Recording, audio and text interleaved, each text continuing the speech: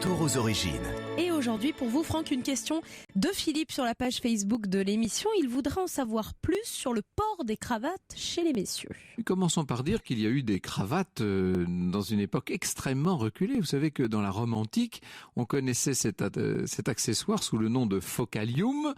Et l'Orient n'est pas en reste, puisqu'on a retrouvé des vestiges de cravates, si je puis dire, en tout cas de foulards noués autour du cou, lors de la découverte du fameux mausolée de l'empereur Qin, dans les années 70. C'est cet empereur chinois du IIIe siècle avant notre ère, et qui est enterré avec 8000 statues de soldats qui toutes ont ce foulard noué autour du cou. Alors en France, il faut attendre que Louis XIII enrôle les fameux mercenaires croates dans son armée pour que l'écharpe croate rencontre un certain succès, et vous voyez d'où vient le terme de cravate. Et oui, ça vient d'une altération du mot croate. Croate, cravate, voilà comment c'est venu.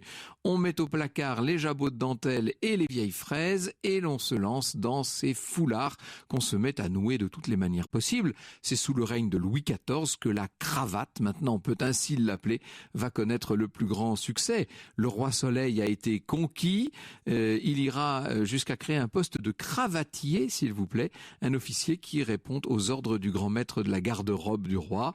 Les courtisans à ce moment-là se mettent à rivaliser d'audace pour égaler le roi, et on va avoir des cravates qui sont ornées de rubans colorés, etc. Elle va évoluer, cette cravate, au fil du temps, bien entendu. C'est Balzac qui disait que nouer sa cravate constitue presque un art.